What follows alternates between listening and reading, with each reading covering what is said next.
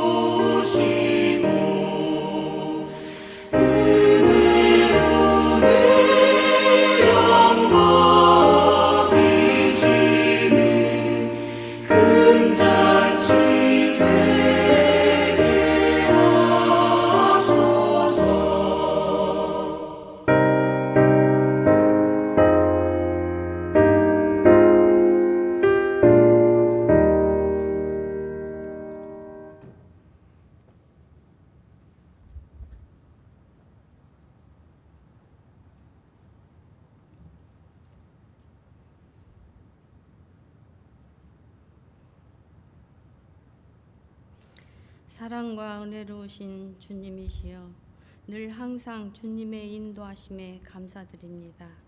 하지만 삶이 주님과 함께라기보다는 세상을 바라보며 살 때가 너무나도 많습니다. 주님이시여, 나약함을 치료하시고 그리스도인의 강인함으로 인도하여 주시옵소서.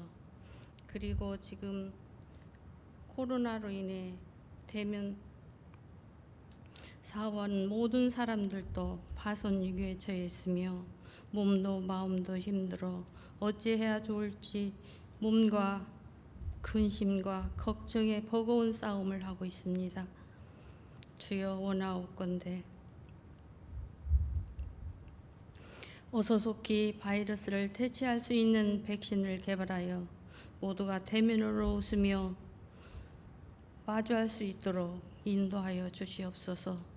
교회도 함께 손과 손을 마주 잡고 웃으며 예배드릴 수 있도록 인도하여 주시옵소서. 또한 교회에서 여러 모양으로 봉사하는 교역자, 권속들에게 주님 함께 하옵시고 건강으로 인도하여 주시옵소서. 이 시간 말씀을 전하는 목사님에게도 은혜와 사랑으로 인도하옵시고 말씀을 듣는 성도들에게도 힘과 은혜가 되게 하옵시기를 간절히 우리 주 예수 그리스도의 이름으로 기도하옵나이다. 아멘.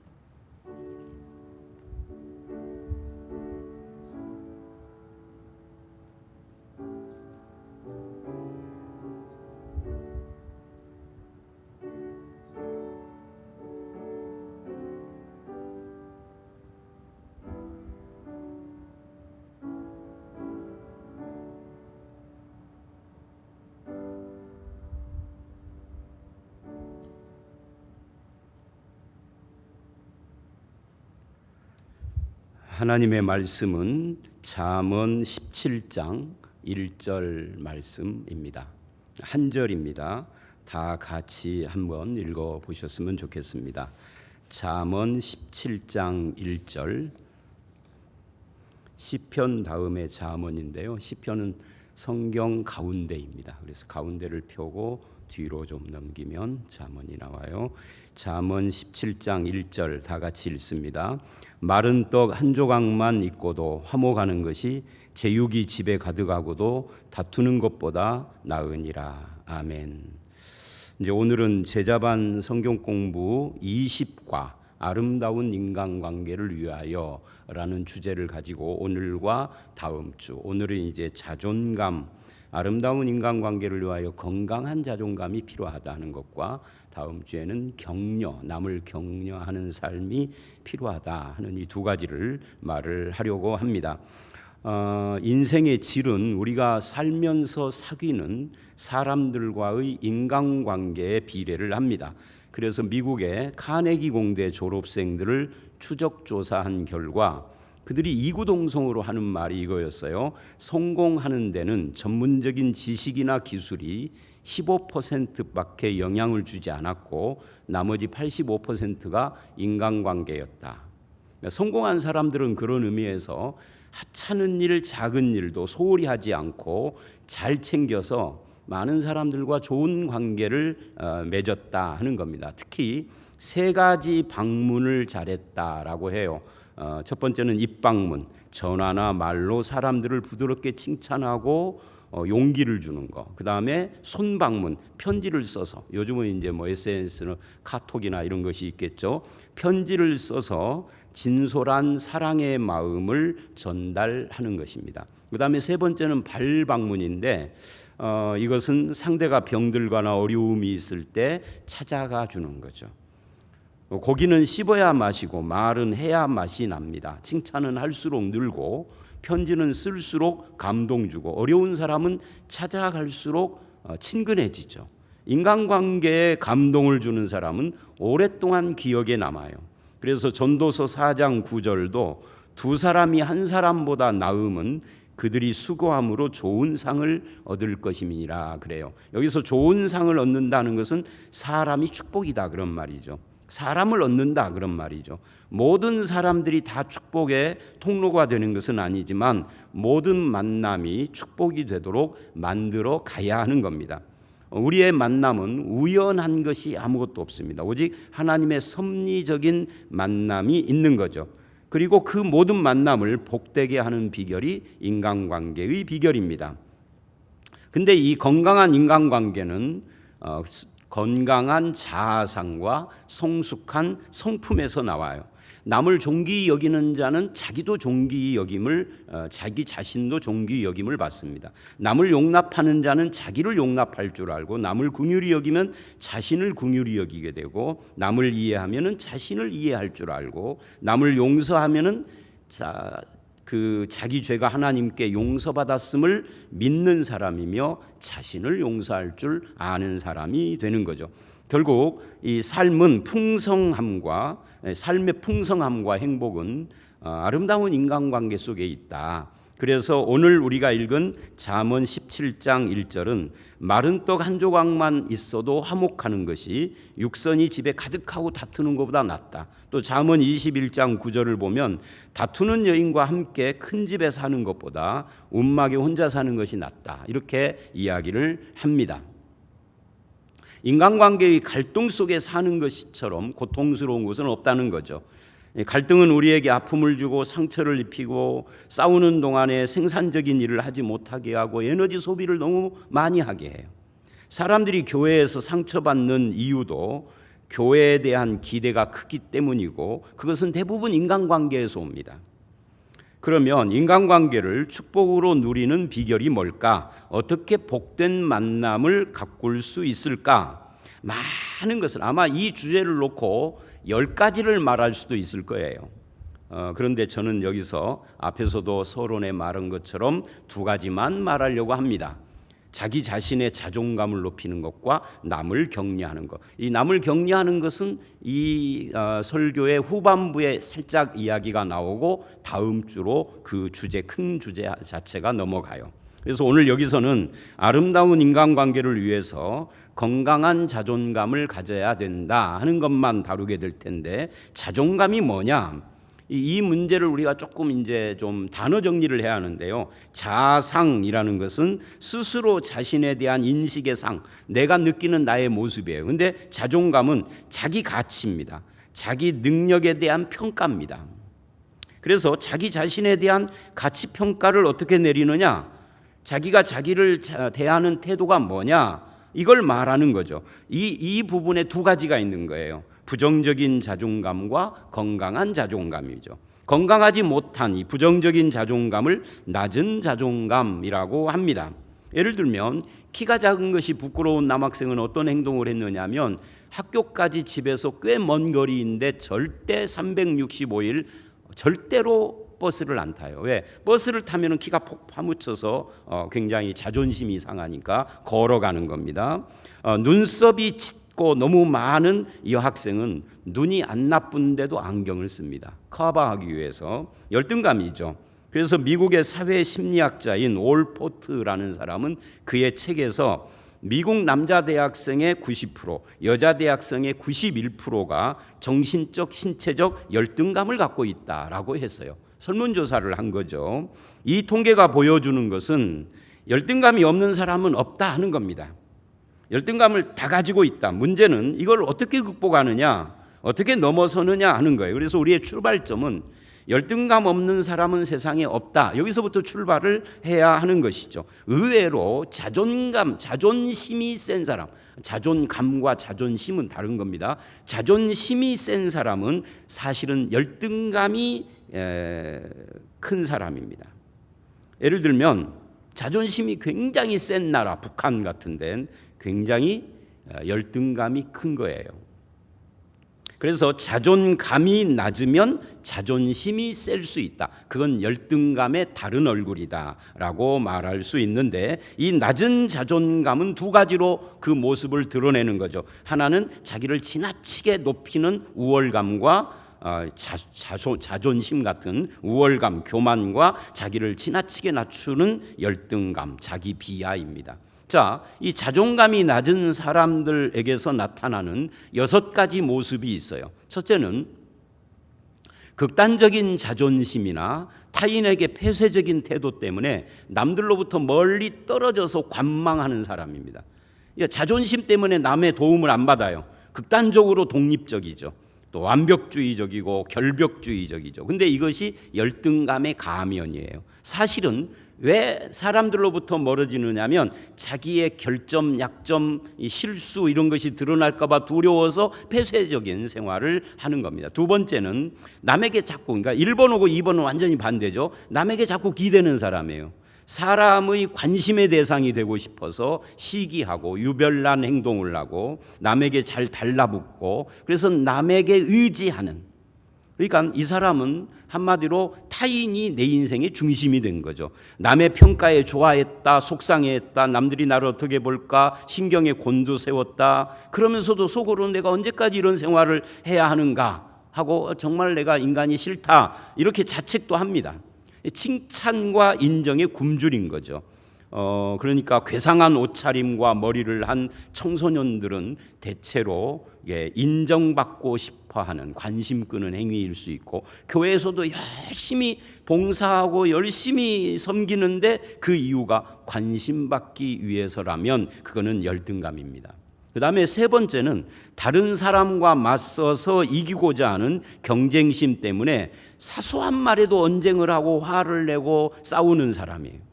이 거절당하는 것에 대한 두려움이 커서 사람들을 피하고 방어적으로 사람들을 대하기 때문에 결국은 다투게 되어지는 거죠. 그래서 마가복음 9장 33절로 35절을 보면 예수님의 제자들이 가버나움으로 가는 길에 길 도중에 다퉈요. 그 다투는 내용이 누가 크냐였어요. 자존감이 낮았다 하는 것을 보여주는 거죠.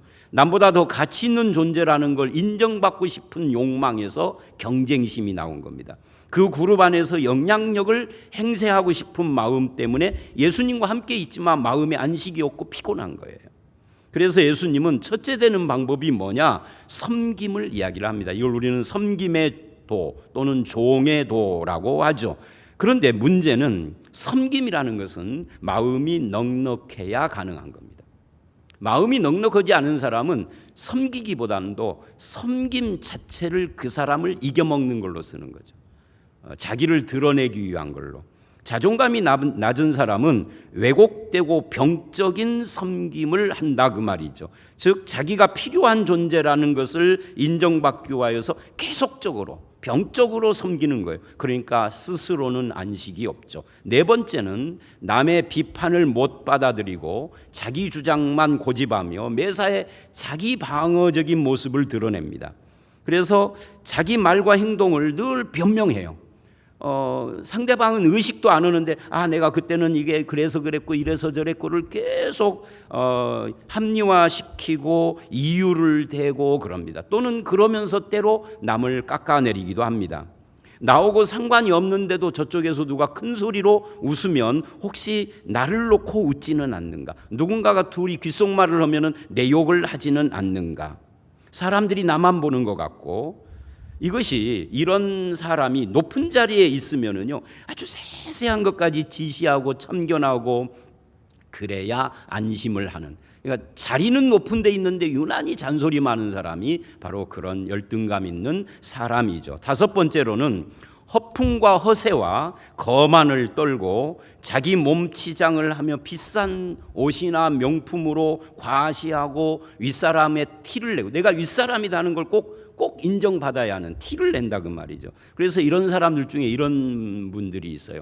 자기 주변에 있는 사람들, 예를 들면 삼촌, 일가, 친척, 고향 사람, 친구, 후배, 자기가 아는 사람, 이런 사람들을 들먹여요. 근데 그런 사람들을 아무나 들먹이는 것이 아니라 그런 사람들 중에 머리 좋고 똑똑하고 부자고 높은 자리에 출세한 사람들, 나는 그런 사람들을 안다 이거죠.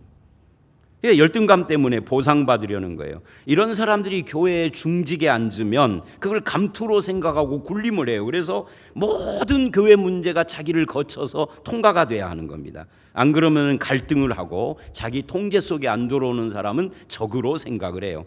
갑자기 돈이 많이 생긴 졸부들 같은 경우에는 외제차를 타고 큰 집을 짓고 비싼 보석을 걸치고 폼나고 우아하게 말을 하고 사람을 종부리듯 하고 이제 경제력이 생겼으니 대접받겠다 하는 거죠. 그런데 이런 외적인 허세는 내적인 불안감을 숨기기 위한 거예요.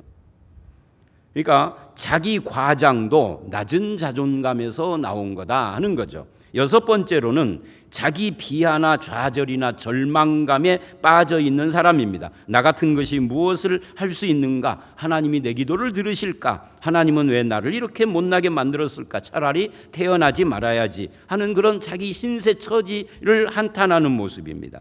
그리고 7번째, 이런 부정적인 자존감은 다 비교의식에서 나오는 겁니다. 이것은 세속적인 가치관의 핵심이죠. 외모를 비교하고 능력을 비교하고 부모를 비교하고, 요즘 뭐 부모 찬스라는 말이 있잖아요.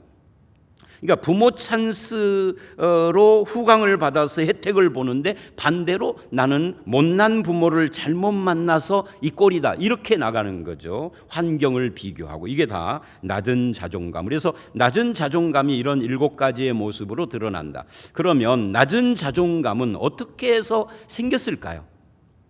이 비교의식은 어디서부터 나온 걸까요? 어디서부터 나오느냐면 사람에게는 누구나 다 운전수, 주인이 있기 때문이에요. 마태복음 12장을 보시면, 이제 마태복음 12장이 그 문제를 다루는데, 이 마태복음 12장에는 예수님을 상징하는 구약의 기름 부음 받은 3가지 직분이 나옵니다. 예수님을 성전과 비교하는 내용이 앞에 나오는데 그건 예수님이 제사장이라는 거예요. 그 다음에 요나보다 크다라고 말하는데 이거는 선지자이신 예수님을 말을 해요. 솔로몬과 비교를 해요. 이것은 왕이신 예수님을 말하는 겁니다. 그러니까 이 3가지 직분, 이 제사장, 선지자, 왕보다 크시다라는 말은 예수님이 이 3 직분의 성취자다, 그런 뜻이에요. 그러면서 2개의 집비유를 합니다. 첫 번째 비유는 28, 29절인데 예수님이 세상에 오신 목적을 말하는 겁니다. 예수로 말미암아 하나님 나라가 이미 임했음을 보여주고, 그 하나님 나라의 임함의 증거가 사탄의 결박이고, 사탄의 결박을 보여주는 것이 병고침이다 라는 이야기예요. 그 다음에 2번째 비유가 39절인데 마태복음 12장 39절, 표적을 요구하는 서기관과 바리새인들에게 대답하는 내용입니다. 거기 읽어보시면 예수께서 대답하여 이르시되 악하고 음란한 세대가 표적을 구하나 선지자 요나의 표적밖에는 보일 표적이 없느니라 그래요. 악하고 음란한 세대가 표적을 구한다에 밑줄을 하십시오. 이 말씀은 너희가 하나님의 자녀가 아니라 표적을 구한다, 다른 말로 하면 친자식이라면 DNA 검사 요구하지 않을 것이다. 그러면서 니느웨 사람들과 스바 여왕이라는 이방인들을 이야기를 해요. 그들은 이방인인데도 요나 선지자나 솔로몬 왕의 표적이 아니라 말만 듣고, 여러분, 요나는 니느웨에서 표적을 행한 것이 한 번도 없어요. 말만 했습니다. 그것도 별로 성의 없이. 그런데도 요나나 솔로몬의 말만 듣고 회개하며 적극적인 반응을 보였다는 겁니다. 그런데 유대인들은 스스로 하나님의 백성이라고 하면서도 요나보다 크고 솔로몬보다 더 크신 예수님의 가르침과 표적을 보고도 배척하고 계속 다른 표적만 요구하니 너희는 친백성이 아니다. 그래서 그게 악하고 음란한 세대예요. 그러면서 12장 43절로 45절에 또 다른 비유를 말씀하십니다. 이 비유의 주제는 누가 주인이냐예요. 여러분 눈으로 쭉 읽어보십시오. 여기서 나오는 집은 인간입니다. 귀신이 인간을 지배하고 주인 행세를 하고 있는 것이 죄인들의 모습이라는 거죠. 그래서 귀신을 쫓아내고 깨끗이 청소를 했는데 아직 주인이 없는 빈집이라면 나중 형편이 더 악해진다. 이것은 결국 인간이라는 집은 반드시 주인을 필요로 한다 하는 것입니다. 누가 주인이냐는 거죠. 하나님이냐? 하나님이 아니면 결국은 누가 뭐라고 해도 사탄이 주인인 거예요. 죄와 사망의 권세로 지배하는 이 세상이 주인인 거고요. 그러면 예수님을 또는 하나님을 주인으로 모신 사람의 마음에 하나님이 주시는 것이 뭐냐? 그게 디모데후서 1장 7절 8절 말씀입니다. 우리 함께 읽어봅니다. 하나님이 우리에게 주신 것은 뭐하는 마음이 아니요? 두려워하는 마음이 아니요. 그래요. 오직 능력, 사랑, 절제하는 마음이니. 그러면서 8절 끝에 갇힌 자 된 나를 부끄러워하지 말고 오직 하나님의 능력을 따라 복음과 함께 고난. 여러분, 하나님의 능력을 따라 고난을 받으라. 능력, 고난, 쌤쌤이라는 거예요. 우리는 능력 하면 고난도 한 길로 왔다가 10길로 도망간다 생각하는데 여기서는 하나님의 능력, 이것이 고난도 함께 받으며 부끄러워하지 않는 것이다, 이렇게 말을 해요. 즉 하나님이 주시는 마음은 두려움도 아니요 부끄러움도 아닌 열등감이 아닌 낮은 자존감이 아닌 능력사랑 절제의 마음이다. 복음과 함께 고난을 받는 당당한 마음이다. 이렇게 지금 말을 한다고요. 그런데 대부분의 낮은 자존감은 누군가가 남들이 내 안에 넣어주는 겁니다. 하나님이 주인이 못 되는 사람들에게. 전문가들에 의하면 열등감이란 사람이 태어나는 순간부터 발생을 한다 그래요. 사람은 태어나는 순간 모든 것을 남에게 의존을 해야만 삽니다. 물론 그 남이 부모님이죠. 먹는 거, 입는 거, 잠자는 거, 싸는 것까지. 그래서 갓난 아이가 태어나서 보면 자기 주변에는 모두 강자들 뿐이죠. 그 위험이 도사리고 있는 겁니다. 아무리 가족이라 할지라도 아이의 입장에서는. 그래서 아이는 어려서부터 엄마 치마폭에 감싸고 돌며 다른 사람들의 접근을 싫어하고 그때부터 열등감이 들어오는, 이건 이제 제 말이 아니라 그 심리 전문가들이 하는 말이에요. 자, 그런데 여기서 가장 크게 영향받는 첫 번째가 뭐냐 할 때 중요한 타인들이다. 이 중요한 타인이 누구냐 하면은 부모, 형제, 가족들이죠. 이 중요한데 타인인 거예요. 그렇잖아요. 나 외에는 다 타인이니까. 쌍둥이도 서로 타인이잖아요. 특히 이때 엄격한 부모나 똑똑하고 유능한 형제 밑에 자란 아이들일수록 열등감이 크다고 합니다. 조그만 능력이 떨어져도 남들과의 비교에서는 얘가 우월한데 식구들 가운데서는 우월하지 않은 거예요. 그러면 비교당하고 지적당하고 야단을 맞아요. 옆집 아무개를 봐라, 학원 한 번도 안 다녔다는데 너보다 성적 좋지 않느냐라든지, 네 형의 밥만 닮아도 내가 신경 쓸 일 없다, 네 동생 좀 봐라, 얼마나 부지런하고 정돈을 잘하냐, 근데 너는 맨날 왜 그 모양이냐. 그러니까 이렇게 비교, 경쟁, 놀림, 어렸을 때 별명 같은 것도 영향을 줘요. 제가 설교 시간에 그런 이야기 했죠. 제가 어렸을 때 10살쯤에 제 눈을 보고 뱁새라고 한 우리 집에 일하는 일꾼이 있었다고요. 근데 그것이 지금 10살이니까 6, 7년이 지났는데 지금도 생생해요. 다른 건 다 잊어먹고 그 사람 얼굴도 잊어먹었는데 그 말이 이게 굉장한 영향을 주는 겁니다.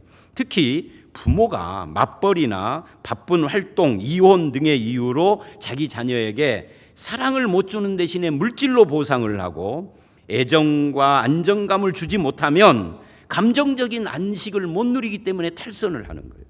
언젠가 제가 16살 먹은 중3짜리 가출 소녀를 만나서 대화를 한 적이 있어요. 제가 그 부모를 알기 때문에. 언제 가출했니? 그랬더니 중2 때부터 가출을 했대요. 이번이 두 번째래요. 왜 가출했니? 그랬더니 초등학교 때는 뭘 몰랐는데 작고 지저분한 단칸방 속에서 뒹굴면서 야단 맞고, 자기가 이제 제일 큰 누나예요. 밑에 남동생 둘인데, 근데 이제 중학생이 됐는데도 자그마한 방에서 남동생 둘하고 함께 자고 거기서 생활을 하니까 이 동생들하고 싸우고 그러는 것이 지겹고 신경질이 나기 시작을 했다는 겁니다. 근데 결정적으로는 부모가 돈이 없어서 그렇게 구질구질하게 사는 것이 아니라, 실은 우리 부모가 돈이 많은데, 실제로 내가 알기로도 그 부모가 돈이 많아요. 그런데 돈을 더 벌려고 딴 데 투자하는 바람에 이렇게 구질구질하게 산다는 걸 중학교 1학년 때 안 거예요. 그래서 밤에 학원 간다고 핑계대고 비슷한 애들끼리 놀러 학원 안 가고 노래방에 갔다가 거기서 고등학교 오빠들을 만난 거예요. 집을 나와서 그 오빠와 동거하는 것이 너무 좋다는 거죠. 왜? 쓰레기 창고 같은 집에서 엄마의 잔소리, 아빠의 욕과 구타, 동생들과의 다툼, 이 생각만 해도 지겹다는 거죠. 그래서 자꾸만 집에 가면은 자꾸만 자기 속에서 너는 쓸모없는 년이야, 너는 걸리적거리는 년이야, 너는 필요 없어 라는 그런 음성이 들린다는 겁니다. 제가 그 아이한테 뭐라고 말을 하겠어요? 그래도 집으로 돌아가라. 이 말을 해줄 수가 없잖아요. 물론 집으로 돌아가라고 했어요. 그러나 하면서도 이게 대안이 아니다. 결국 부모가 성장하는 자녀들을 얼마나 건강하게 수용해주고 인정하고 칭찬해주고 키우느냐, 이것이 자아상의 상처를 입히느냐 아니냐를 결정해요. 그런데 우리는 너무 쉽게 야단을 치고 욕하면서 이 바보 멍청이, 늘 말썽만 일으키고 제대로 하는 것이 이렇게 말을 한다는 거죠. 전과 육범인 아주 잘생긴 고등학생이 하나가 있었는데, 고등학생인데 감옥을 6번이나 갔다 온 거예요. 근데 그 아이에게 조용한 음악을 들려주면서 가슴 속에 있는 말을 해봐라 하니까 갑자기 남자 목소리로 이 바보 천치 죽어 그러다가 이 귀신 같은 여자 목소리로 제 왼수 그래서 정신 차리게 한 다음에 누가 언제 너에게 그런 말을 했느냐 물어보니까 초등학교 6학년 때 부모가 이혼을 하고 아빠는 미국으로 가고 엄마는 일본으로 갔는데 이 아이를 할머니에게 맡긴 겁니다. 지금까지 소식이 없다는 거예요. 그러니까 한 6년 소식이 없는 거죠. 그런데 이혼하는 날 두 부부가 아이를 가운데 놔놓고 싸우는데 엄마가 아이의 머리를 쥐어박으면서 이 바보 천치나가 죽어버려. 이 왼수만 아니었어도 저 새끼 오고 안 살았을 텐데. 그러니까 이 왼수는 아들을 말하는 겁니다. 저 새끼는 남편이고. 그러니까 이 말로 추리를 해보면은 아마 결혼 전에 임신을 해서 어쩔 수 없이 결혼에 살았다 이 이야기예요. 그러면서 막 울면서 아이를 쥐어받고 그러면서 이혼을 한 거야. 그러니까 마음속에 이 아이가 나는 쓸모없는 놈이다. 네가 할 수 있는 것이 뭐냐라는 생각이 들어왔어요. 그러면서 어떻게 해석을 했느냐면 우리 엄마를 행복하게 해주려면 내가 없어져야 된다. 내가 없어지려면 어떻게 해야 되느냐? 일찍 죽으려면 죄를 지어서 감옥 가면은 죽을 거야. 이게 초등학생이 생각한 거예요. 그 죄를 짓고 감옥에 갔는데 안 죽죠. 조금 있다 나오고 그러니까 계속 더 큰 범죄를, 그러니까 죽기 위해서 범죄를 저지르는, 우리 엄마 행복하게 하기 위해서 내가 없어져야 되니까. 한때 신드롬을 일으켰던 TV 드라마 아들과 딸에는 후나미와 귀나미가 나옵니다. 그 휘나미가 김희애고 귀나미가 최수정이에요. 야, 그 사람들이 지금 다 60대 중반 정도 됐는데 그때는 싱싱했죠. 근데 이 드라마는 잘 아는 것처럼 그 당시에 이 드라마가 방영될 때 우리나라 도시의 자동차 움직이는 자동차 대수가 줄었다고 그러잖아요. 엄청난 40-50% 정도 아마 시청률이 올랐을 거예요. 근데 내용이 남아 선호 사상 풍자하는 겁니다. 그런 가정에서 자란 여자들의 마음 상함을 묘사한 드라마예요. 그 외에도 부모 형제, 어려서는 부모 형제고 10대에는 친구 학교, TV 같은 거고 어른이 되면은 배우자, 동료, 회사의 그 기대, 이런 것들이 내 마음에 낮은 자존감, 열등감을 불어넣어줘요. 또 두 번째로 이 비교의식은 어디서 오느냐? 첫 번째는 중요한 타인들에게서 오고 두 번째는 이 세상이 넣어주는 건데 이거를 사회적 기대라고 합니다. 이 사회를 우리가 접촉을 어디서 제일 많이 하느냐면 TV 드라마, 광고, 인터넷 또는 SNS, 유튜브, 카톡, 페이스북, 신문, 잡지, 소설, 여론, 소문 또는 친구, 이웃 이런 사람들이잖아요. 거기서 정해놓은 판단 기준 그 잣대로 나를 판단하는 겁니다. TV 광고나 드라마에 나오는 옷차림이나 가구나 또는 불륜, 남의 애인을 빼앗거나 배우자를 빼앗거나 하는 그런 드라마들 이런 것들을 자주 접하다 보면 이게 보편적인 가치가 돼가지고 나도 그렇게 살아야지. 그렇게 살지 못하는 TV에 나오는 배우에 비해서 나는 배가 너무 많이 나왔어라든지 이렇게 되는 겁니다. 내 콧대는 너무 낮아라든지 뚱뚱하다 말랐다 하는 기준도 TV의 보급과 함께 달라진 거예요. 옛날에 60년대까지는 검은 것이 아름답다고 그래서 저도 기억을 해요. 60년대 70년대까지는 여름에는 남녀노소 불문하고 다 해변가에 가서 살 태우고 오는 것이 로망이었어. 근데 지금은 안 그럽니다. 지금은 까만 것이 아름답지 않죠. 하얀 것이 아름답죠. TV 때문에. 네팔에 한류 열풍이 불어서 네팔 사람들의 소원이 한국 사람들처럼 먹고 입고 얼굴을 뜯어고치는 것이다 라고 하는 보도가 있었어요. 교육도 시험으로 평가를 하고 회사도 연봉 따라 사람 가치를 측정합니다. 이 모든 것들은 다 외적인 기준이에요. 우리의 진정한 가치는 아니에요. 근데 사회가 그렇게 정해놓은 거예요. 연봉으로 정하고. 그래서 세상은 외모와 그가 어떤 일을 하는 실력의 사람이냐 하는 것으로 나를 평가합니다. 세속적 가치관이죠. 근데 하나님은 내가 어떤 일을 하느냐가 아니라 내가 어떤 사람이냐 하나님 앞에서 이걸로 나를 평가합니다. 여러분이 나는 이런 사람이라고 생각하는 그 기준은 누가 정한 것인가? 이걸 좀 생각해 봐야 할 필요가 있어요. 세 번째로 자기 자신에게서도 영향을 받습니다. 인간은 누구나 다 기본적으로 나에 대한 기대를 스스로 가지고 있어요. 나는 이렇게 살아야 돼. 나는 이런 사람이 될 거야. 그러기 위해서 최소한도 이 정도를 이루어야 돼. 청소년 시기까지는 이런 기대가 꽉 차 있는데 나이를 먹으면서 현실의 벽 속에서 아니구나를 느끼죠. 그러면 자기 능력의 한계에 부딪힙니다. 근데 세상은 유능한 사람은 칭찬하고 보상을 하지만 무능한 사람은 비난하고 천대를 받습니다. 그래서 나는 자꾸 밀리는 것 같고 비교되는 것 같고, 그래서 서서히 좌절하면서 자기 비하에 빠지는 겁니다. 나는 뭐를 해도 안 되는 재수 없는 사람, 못난 사람, 뭐 이런 생각을 하는 거죠. 이것이 자기 자신에게만 그러는 것이 아니라 그 기준으로 다른 사람을 향하여서 너 같은 것이 뭔데? 라고 상대를 깎아내리기도 한다는 거죠. 어떤 여자 사장은 가끔 우울증에 시달렸는데 의욕이 떨어져서 죽고 싶은 마음이 한없이 초라해지고 그렇게 했답니다. 그래서 막 소화불량이 오고 잠을 못 자고 그러다가 한 일주일쯤 되면은 완전히 사라졌대요. 근데 언제 우울증에 빠지는가 하고 보면은 어떤 모임에 나갔다가 학교 이야기가 나오면 그때부터 스트레스를 받고 우울증에 빠져요. 왜냐하면 이 여사장은 잘 나가는 여사장이지만 학력이 초졸이었기 때문입니다.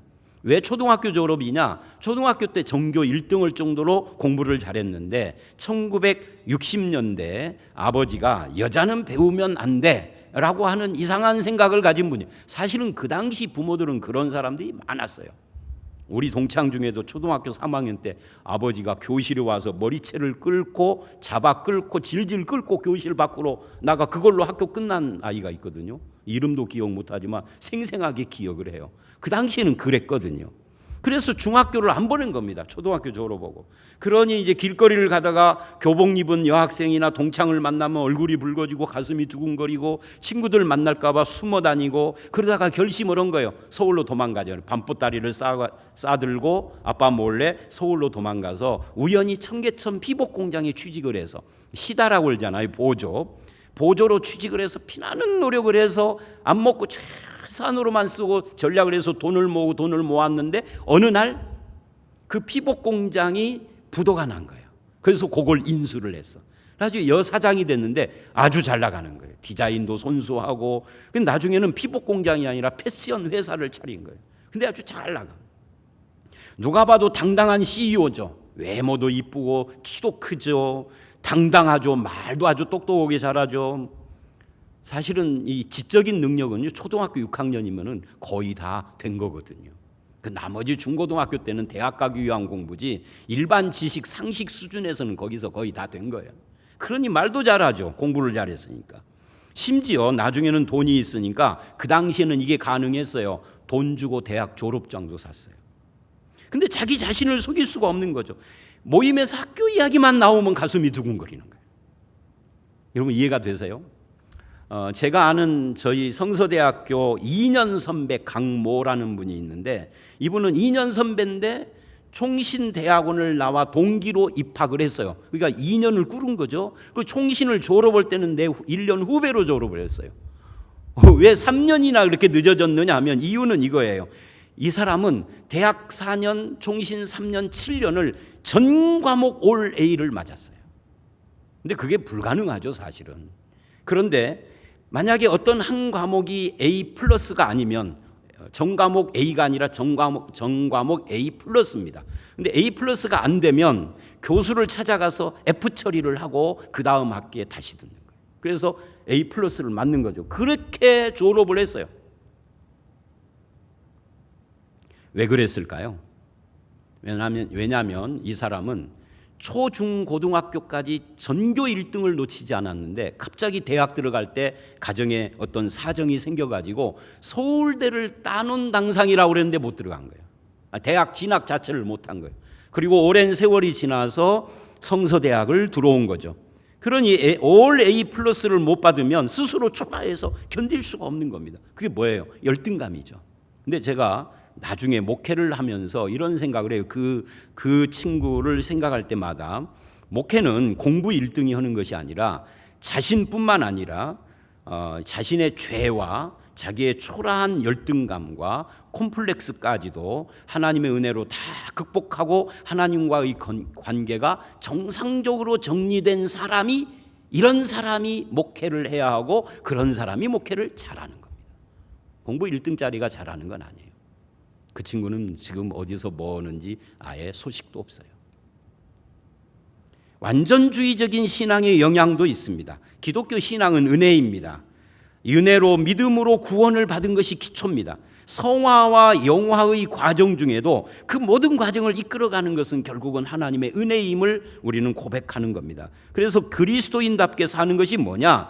절대 아무 잘못도 하지 않는 완전한 존재로 사는 것이 아니라 오히려 부족하고 연약할 때마다 그것을 인정하면서 하나님의 은혜 앞에 겸손히 엎드려서 고백하는 존재인 거죠. 그게 그리스도인이죠.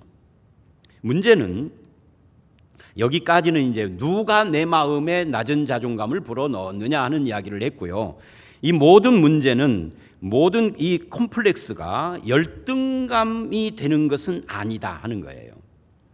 그러니까 내가 콤플렉스를 갖고 있다고 해서 낮은 자존감을 가질 필요는 없다는 거죠. 예를 들어서 내 사전에 불가능이 없다라고 그렇게 온 세계를 호령했던 나폴레옹 키가요, 서양 사람인데도 155cm였어요. 그러니까 우리나라에 오면은 여자보다도 훨씬 더 작은 키인 거죠. 그런데도 세상을 호령했잖아요.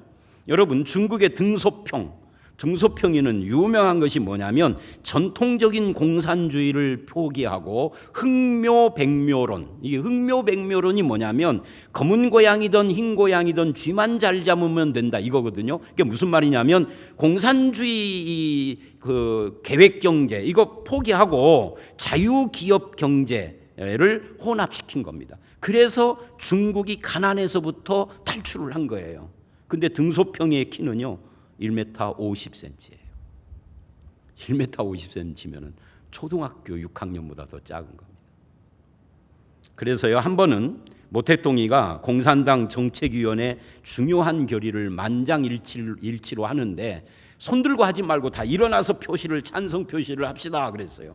근데 다 일어났는데 등소평이가 일어났는지 안 일어났는지를 모르잖아요. 키가 너무 작아가지고. 그래가지고 가만히 있자, 다 일어나지 않은 것 같은데요 그랬어요. 그러니까 등소평이가 의자 위에 올라와서 저도 일어났습니다 라고 할 만큼 그렇게 작았대요. 그런데 여러분, 등소평이는 그 키 작은 콤플렉스 때문에 열등감에 시달렸을까요? 안 했을까요? 모르죠, 그거야. 그러나 일단 아닐 것 같습니다. 12억 중국 인구를 경제 가난에서 이렇게 세운 사람이에요. 에디슨은요, 발명왕인데 얼마나 둔하고 머리가 나쁜지 초등학교에서 퇴학받았어요. 그런데 발명왕이야 나중에. 성경에도 사도 바울은 육체의 가시, 즉 사탄의 가시가 자기에게 있다 그래요. 나에게 이렇게 나를 괴롭히는 콤플렉스가 있지만 그는 위대한 하나님의 사람으로 쓰임받아요. 사람은 누구나 다 약점이 있습니다. 콤플렉스가 있습니다. 열등의식도 조금씩은 있습니다. 문제는 그것을 얼마나 깨끗하게 불식시키고 극복하느냐에 따라서 달라지는 거예요. 헬렌 켈러는 눈, 귀, 입에 장애가 있지만 그러나 설리반 선생의 도움을 받아서 위대한 그런 인생을 살았잖아요. 아름다운 글, 노래, 삶을 남겼습니다. 미국의 4선 대통령 루즈벨트는 휠체어를 타고 다녔어요. 그래서 자살까지 생각을 했지만 그 아내가 나는 당신의 다리가 아니라 당신을 사랑했습니다 하는 말을 듣고 마음을 확 바꿨죠.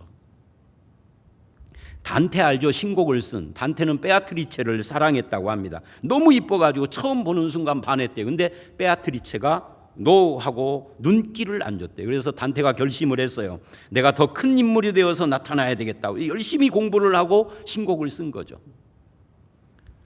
그러니까 열등감도 누구나 있지만 치유되면 아름답게 승화될 수 있다는 사례들입니다. 문제는 컴퓨터에 노를 입력하면 노가 출력되는 것처럼 예수를 믿고 거듭난 우리 마음에 무엇이 입력되어 있느냐, 이게 중요한 거죠.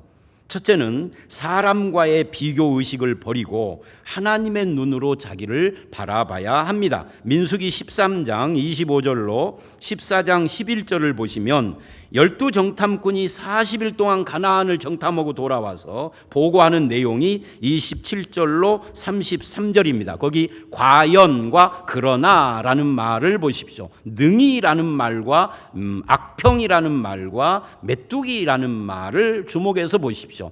27절의 과연은 사실에 대한 표현이에요. 과연 하나님의 말씀대로 정말 젖과 꿀이 흐르는 땅입니다. 그런 말이죠. 그런데 사실은 같아도 해석이 다릅니다. 그러나라고 부정적으로 보거나 능히라고 긍정적으로 보고 사실이 같은데 달라요. 그리고 그렇게 말하는 근거도 다릅니다. 28절에 그러나는 부정적으로 보는 열정탐꾼의 시각을 보여줍니다. 뭐라고 그래야죠? 그 땅은 거민이 강하고 성읍은 견고하고 심이 클 뿐 아니라 안악자손을 보았습니다. 그래서 31절로 33절 그 땅에 대해서 악평을 합니다. 그 악평의 핵심이 뭐냐면 우리는 스스로 보기에 메뚜기 같은데 그들 보기에도 그럴 것입니다. 그들은 우리보다 강합니다. 그러면서 32절에 또 악평을 하죠. 그러나 30절에 갈렙은 능히 이긴다라고 하면서 그 근거를 14장 6절로 9절에서 여호와께서 우리를 기뻐하시면에다가 둡니다. 14장 8절을 주목해서 보십시오. 여호와께서 우리를 기뻐하시면 우리를 그 땅으로 인도하여 드리고 그 땅을 우리에게 주시리라. 9절 다만 여호와를 거역하지 말라. 또 그 땅 백성을 두려워하지 말라. 그들은 우리의 먹이라. 그들의 보호자는 떠났고 여호와는 우리와 함께 하시느니라. 그래서 도표를 보여주면은요, 이 12정탐꾼과 두 정탐꾼의 시각의 차이가 뚜렷합니다. 본 것은 같았습니다. 그러나 관점과 해석과 시각이 달랐습니다. 적과 꿀이 흐른다는 것은 같았어요. 그러나 스스로 보기에나 그들 보기에 메뚜기다. 그런데 두 사람은 그들은 우리의 밥이라 그럽니다. 그 이유와 근거가 그들과 우리의 비교입니다. 그런데 두 사람은 여호와께서 우리를 기뻐하시고 인도하시면이라고 합니다. 근거를 하나님께 둡니다. 부정적인 자존감을 가진 사람의 레파토리는 항상 그러나 어찌하여 어째서 또는 애굽으로 돌아가자 메뚜기 콤플렉스 이런 것들입니다. 그리고 이런 해석의 차이는 내 마음에 어떤 데이터가 들어있느냐에 따라서 달라지는 거죠. 그래서 우리는 선택을 해야 돼요.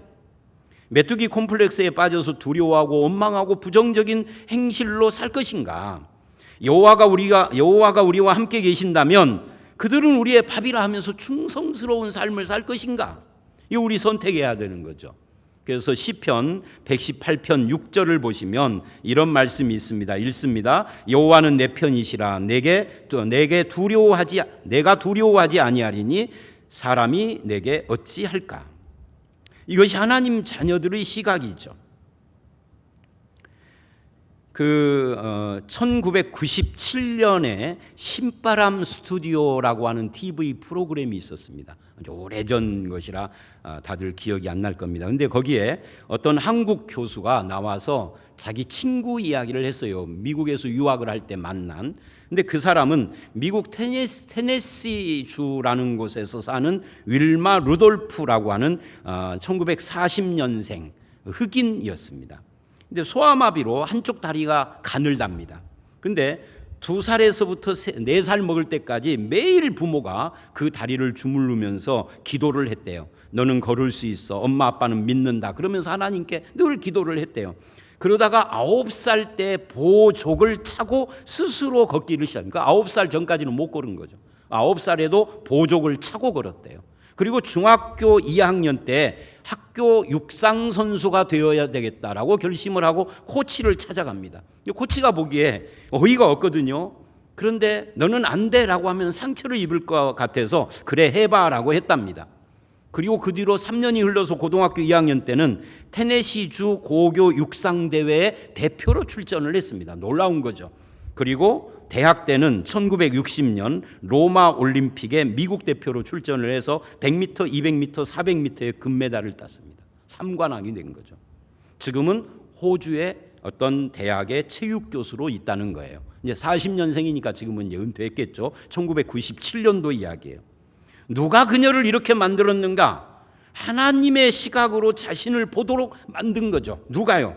그녀가 이렇게 고백을 합니다. 내 부모와 선생님이 하나님께서 너를 사랑하시고 너와 함께 계신다라는 격려와 기도로 나를 만들었어요 라고 합니다. 그렇게 해서 그 마음속에 하나님의 시각이 들어온 거죠.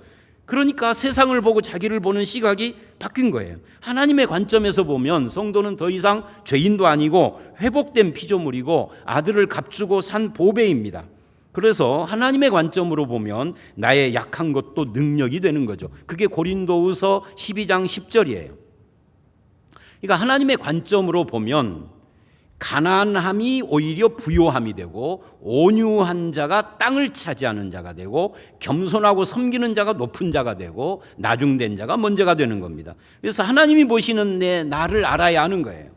근데 그리스도인으로서 전문 상담인이었던 머리스 와그너 박사가 이 가치 있는 사람이 된 느낌이라는 책에서 진정한 이 건전한 자화상을 구성하는 세 가지 기본적인 요소를 말합니다. 그게 이거예요. 소속감, 가치감, 자신감.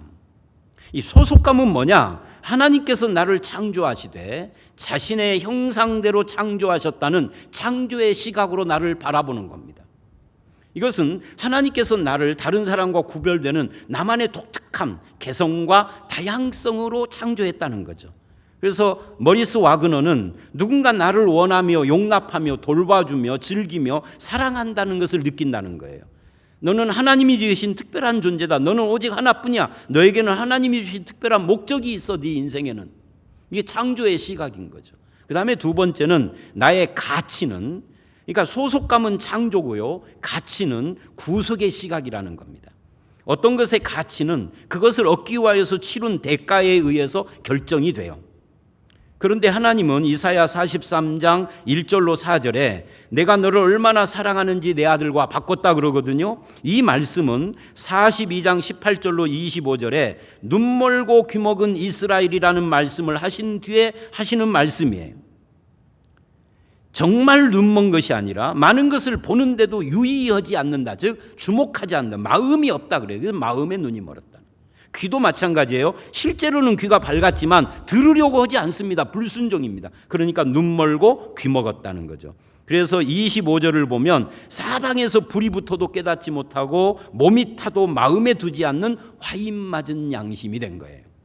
그런데 43장 1절에 그러나로 시작을 합니다. 우리나라 성경에는 그냥 야고바 그러는데 이게 그러나로 시작되는 거예요. 한번 여러분 눈으로 보십시오. 그러나 눈 멀고 귀 먹은 자 같은 이스라엘을 하나님은 귀하게 창조하셨고, 야고바 너를 창조하신 그러잖아요. 너를 지으신, 그리고 1절 끝에 내가 너를 구속하였고 지명하여 불렀나니 너는 내 것이라. 구속, 이 한 구절에요, 창조와 구속이 다 나왔어요. 여기서 구속이라는 말은 값주고 산다는 것인데, 이 본문에서 뭘 값으로 주고 나를 샀느냐 하는 거죠. 3절을 보면 내가 애굽을 너의 속량물로 구스와 스바를 너 대신하여 주었노라. 교환가치라고 하는 겁니다. A와 B를 바꾼다면 B를 A와 같은 가치로 본다는 것인데, 여기서 나를 구속하기 위하여서 온 세상을 나 대신 주었다고 하는 겁니다. 나 한 사람과 세상을 바꿨다는 거죠.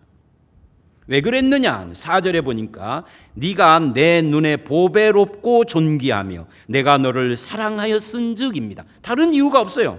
너에게 무슨 장점이 있어서가 아니라 사랑하기 때문에, 네가 보배롭게 내 눈에 보이기 때문이에요. 그래서 내가 너 대신 사람들을 내주며 백성들이 네 생명을 대신하리라입니다. 이유가 나에게 있는 것이 아닙니다. 나를 사랑의 눈으로 보시는 하나님께 이유가 있는 겁니다. 이것이 신약에 오면은 십자가예요. 십자가에서 하나님은 자기 아들과 나의 생명을 바꾼 거죠. 구속한 겁니다. 그래서 베드로전서 1장 18, 19절에 바로 우리가 대속함을 받은 것은 은이나 금같이 없어질 것으로가 아니라 흠없는 어린 양 같은 그리스도의 보배로운 피로 됐다. 나와 예수님을 바꾸셨다. 교환하셨다. 이게 구속인데, 이것이 우리의 가치를 정한다 그 말이죠. 고린도전서 6장 19, 20절도 마찬가지예요. 너는 값으로 산 것이 되었은즉 그래요. 그러니 우리는 우리 자신이나 다른 사람을 무가치하다라고 말하면 안 되는 거죠. 특히 예수 믿는 사람이라면. 로마서 8장 32절에도 자기 아들을 아끼지 아니하시고 우리 모든 사람을 위하여 내주시니가 어찌 그 아들과 함께 모든 것을 우리에게 주시지 않겠느냐라는 말씀처럼 내 가치를 위하여서 자기 몸을 드린 예수 그리스도의 가치가 나의 가치입니다. 십자가에서 자기 아들과 나를 바꾸신 하나님 때문에 나는 세상에서 가장 소중하고 귀하고 가치 있는 존재가 된 거예요. 누구에게? 세상이 아니라 하나님께. 이거를 요한복음 15장에서는 포도나무이신 예수님에게서 수액을 받아 열매를 맺는 가지인 성도라고 말하는 겁니다. 예수님과 우리가 동등해진 거죠. 그래서 우리는 연약한 나를 존귀한 주님의 자녀로 삼아주신 그 하나님의 사랑을 깨닫고 하나님의 자녀로서 긍지를 갖고 그리스도의 향기를 드러내며 주님 만나는 그날까지 최선을 다해서 주의 영광을 위해 사는 거예요. 이게 신자예요. 우리 교회 김환생 장로님이 보내주신 데일리 브레드라는 곳에 나오는 글입니다. 내가 모르는 나의 가치인데 이거 제가 설명 않겠습니다. 쭉 보십시오. 마지막에 이런 말이 나와요. 자기 안에 향을 간직하고 있었지만 그 향기의 원천을 알지 못하고 방황하다 쓰러지고 만 사양노루의 이야기는 나의 이야기일 수 있습니다. 내가 누군지, 내가 얼마나 소중한 존재인지 아는 것은 신앙의 기본입니다. 그리고 세 번째로 나의 가능성은 이 성화와 영화의 시각입니다. 요한일서 3장 2절에 지금은 우리가 하나님의 자녀지만 장차는 예수님과 같아진다예요. 즉 구원의 완성이 예수의 형상인데 그것이 목표고 그것이 나를 판단하는 근거다는 거죠. 성령께서 우리를 변화시키는 능력으로 장차 내가 뭐가 될 것인가, 이게 정해져 있는 거예요. 그 시각으로 우리를 바라보면 절망할 것이 없죠. 열등감의 콤플렉스에 빠질 일이 없어지는 거죠. 그래서 누구의 시각으로 나를 바라보느냐 하는 이 가치의 문제, 소속 가치, 그 다음에 가능성의 문제가 첫 번째고요. 두 번째는 이 건강한 자존감은 자기 약점을 인정하는 것, 즉 자기를 수용하고 자기 인생을 용납하는 겁니다. 시편 139편 13절에 주께서 내 내장을 지으시며 나의 모태에서 나를 만드셨다 그래요. 하나님이 나를 지으실 때는 부족하고 연약한 부분들까지 다 포함해서 나를 만드신 겁니다. 그러므로 하나님을 믿는다는 것은 내 약점까지도 인정하고 받아주시는 그런 하나님께 감사하는 사람이 되는 거예요. 그리고 로마서 5장 6절로 10절은 그래서 우리가 아직 연약할 때, 죄인 되었을 때, 원수 되었을 때 사랑하셨다 이렇게 말을 해요. 그래서 절대적 존재이신 하나님과 사랑의 관계는 자신의 존재 가치를 높여주고 자랑스럽고 만족하게 해주는 겁니다. 이것이 있어야 남을 사랑할 수 있어요. 이것이 있어야 내 마음이 넉넉함이 생기기 때문에 남을 관용하는 겁니다. 이것이 없으면 생각이 어둡고 불만스럽고 그러기 때문에 남도 인정하고 받아주지를 못하는 거예요. 그래서 자기 사랑이 부족한 사람에게서 나타나는 모습은 어떤 비판도 용납을 할 수 없고 자기를 학대 비하하고 남을 깎아내리고 항상 앞에 서야만 한다는 강박과 자책을 하고 칭찬이나 인정하는 말을 들어도 부인하고 피하며 타인이 나를 싫어한다라고 느껴요. 삐치기를 잘합니다. 삐돌이 삐순입니다. 그러나 하나님 사랑이 나 사랑이 되고 그것이 이웃 사랑이라고 하는 이 사랑의 라인 안에 들어오면은 담담하게 자기 약점도 인정을 하는 거죠. 구원받은 우리는 하나님이 공평하시다라는 사실을 알기 때문에 감사하는 거예요. 이 공평하신 하나님 그러면 유명한 사람이 있죠. 송명이. 그죠? 공평하신 하나님, 나 가진 재물 없으나 나 남이 가진 지식 없으나 나 남에게 있는 건강 있지 않으나 나 남이 없는 것 있으니 남이 못 본 것 보았고 남이 듣지 못한 음성 들었고 남이 받지 못한 사랑받았고 남이 모르는 것 깨달았네. 이게 뭐예요? 예수 그리스도죠. 그러면서 이렇게 고백을 하죠. 공평하신 하나님이 나 남이 가진 것 없지만 공평하신 하나님이 나 남이 없는 것 같게 했네. 예수를 갖게 했네 이 말이잖아요. 그러므로 자기 약점을 인정해야 합니다. 개방적인 성품을 기르셔야 합니다. 그러면 스트레스를 덜 받게 되죠.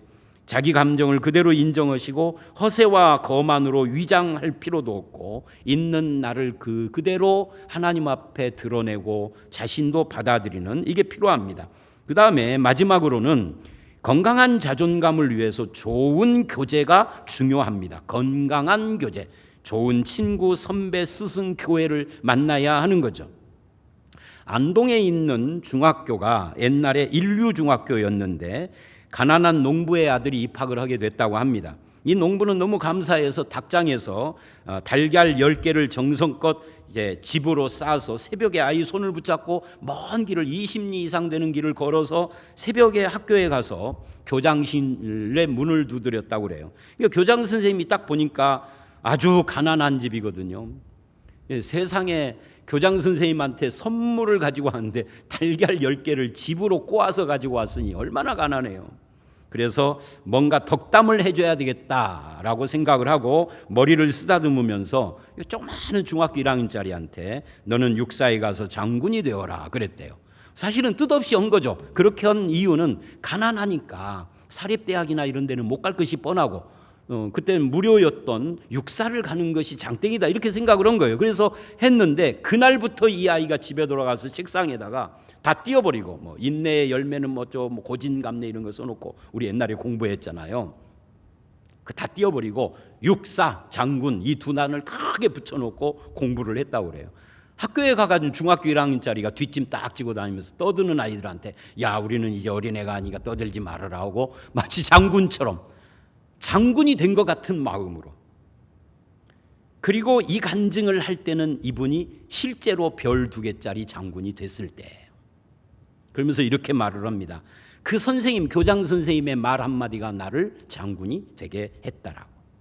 이 중요한 거예요. 그러니까 중요한 스승을 만나거나 선배를 만나거나 친구를 만나거나 교회를 만나야 하는 거죠. 근데 반대로 비행 청소년 중에는 선생님의 말 한마디에 상처를 받아서 비행 청소년이 된 아이들도 많아요. 광수 생각의 저자인 박광수 씨는 중학교 때 교회를 다녔는데 그 당시에 최신 유행 패션이었던 체육복 스타일의 옷을 입고 교회를 갔는데 나이 먹은 목사가 그게 뭔지를 모르고 막 야단을 쳤대요. 신성한 교회에 체육복 입고 왔다고. 자기는 지금 가장 째를 내고 온 건데 그 길로 교회를 떠나가지고 안 다니는데 대표적인 기독교 안티가 됐잖아요. 그래서 히브리서 10장 24, 25절은 서로 돌아보아 사랑과 선행을 격려하며 모이기를 패하는 어떤 사람들의 습관과 같이 하지 말고 오직 권하여 그날이 가까움을 볼수록 더욱 그리하자라고 하는 겁니다. 사람에게는 사랑과 선행을 격려하는 만남, 교제가 필요한 거예요. 여러분의 친구는 여러분 인생길에 격려자, 어둠의 격려자입니까? 사랑과 선행의 격려자입니까? 여러분의 삶이 변화될 만큼 격려받은 경험이 있으신가를 물어보시기를 바랍니다. 자, 이제 말씀을 마치겠습니다. 2가지 결론을 내릴게요. 첫째는 자유인이 되십시다예요. 제가 어떤 영상을 최근에 봤는데요. 미국의 펜실베니아 대학 교수가 학생들을 강의 시간에 앞으로 나오라고 그래서 동양인과 서양인의 차이, 특히 한국인과 미국인의 차이를 실습으로 보여주었습니다. 미국 여자애가 2학년짜리인데 물어봤어요. 너는 뭐를 잘하느냐? 그러니까 뭐든지 다 잘한대요. 공부도 잘하고 뭐도 잘하고 뭐 다 잘한대요. 테니스도 교수님이 이길 수 있고 뭐 다 잘한다고. 공부는 몇 점이야? 그러니까 막 웃으면서 4점 만점에 3점이에요. 그러니까 교수가 3점밖에 안 되느냐고 묻는데도 아주 자랑스러워해요. 자기 엄마는 자기가 펜실베니아 주립대학교를 다닌다는 걸 막 자랑하고 다니고 자기가 만약에 이 점수를 이거보다 조금만 더 맞으면 아마 페이스북에다 막 자랑하고 그럴 거래. 그러면서 이 교수가 말을 합니다. 서양인들은 자기가 잘하는 것에 초점을 맞추고 자기를 과대평가한다. 그 다음에 이제 옆에 한국 여자애가 있어요. 예쁘장하게 생겼더라고요. 이 한국 여자에게 물어요. 몇 학년이냐? 2학년이다 그래요. 잘하는 것이 있느냐? 그러면 잘하는 것이 자기는 없대요. 점수가 어떻게 되느냐 하니까 4점 만점에 3.6이래.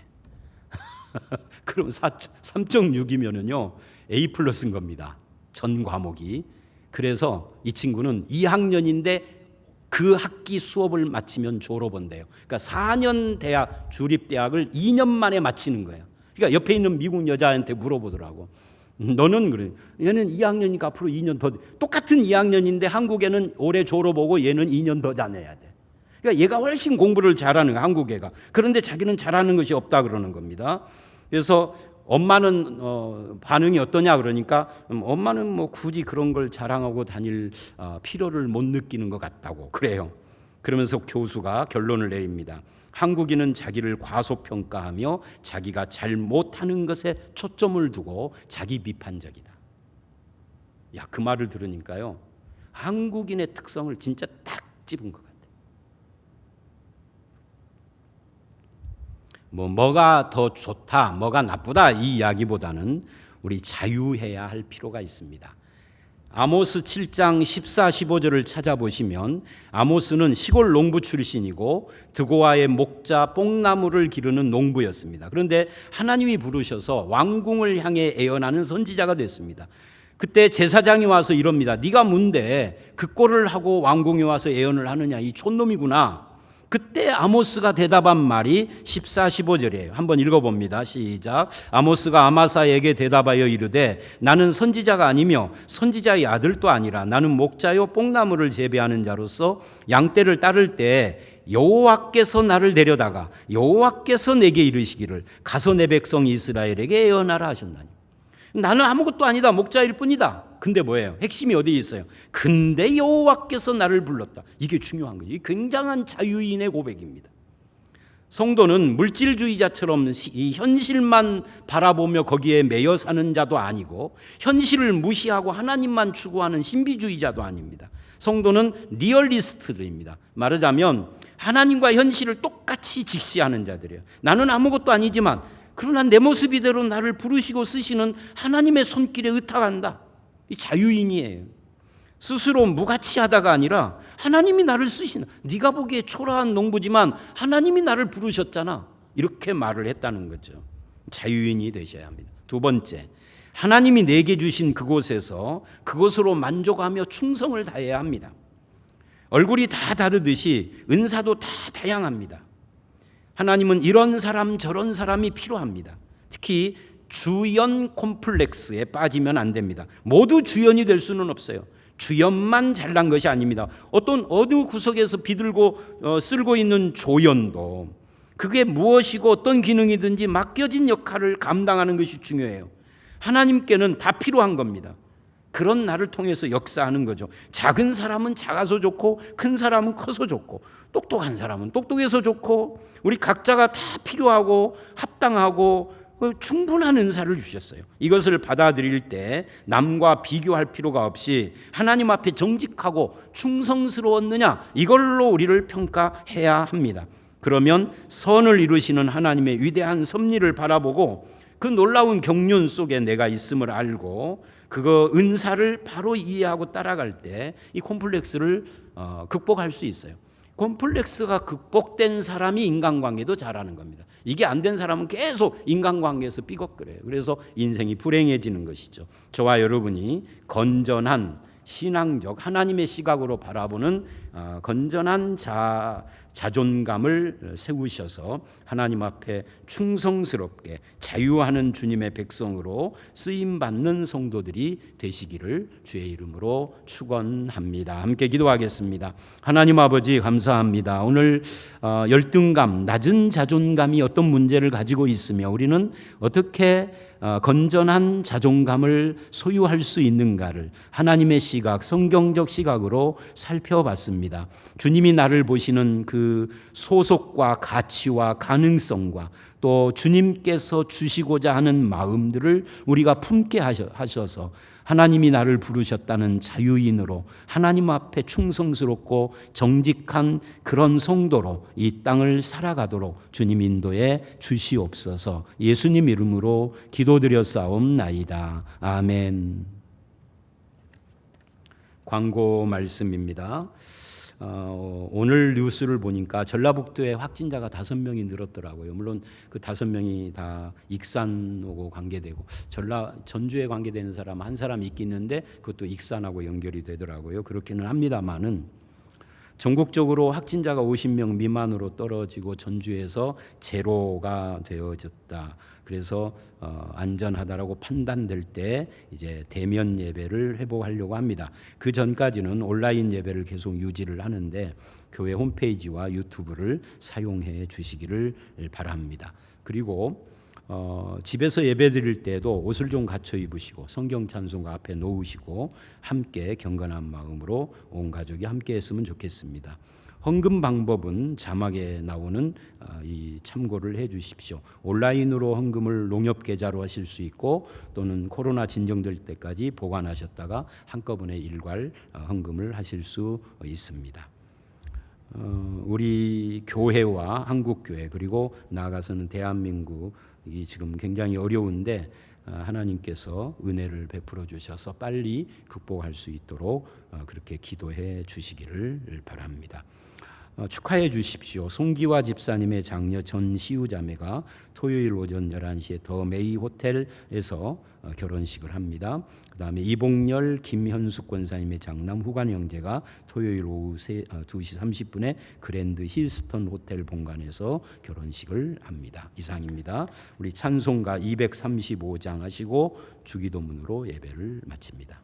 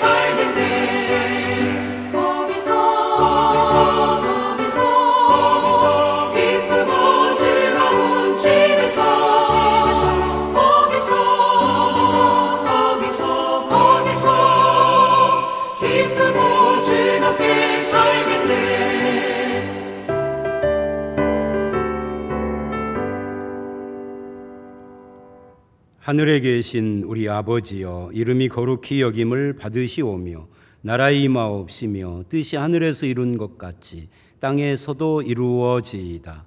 오늘날 우리에게 일용할 양식을 주옵시고 우리가 우리에게 죄 지은 자를 사하여 준 것 같이 우리 죄를 사하여 주옵시고 우리를 시험에 들게 하지 마옵시며 다만 악에서 구하옵소서. 대개 나라와 권세와 영광이 아버지께 영원히 있사옵나이다. 아멘.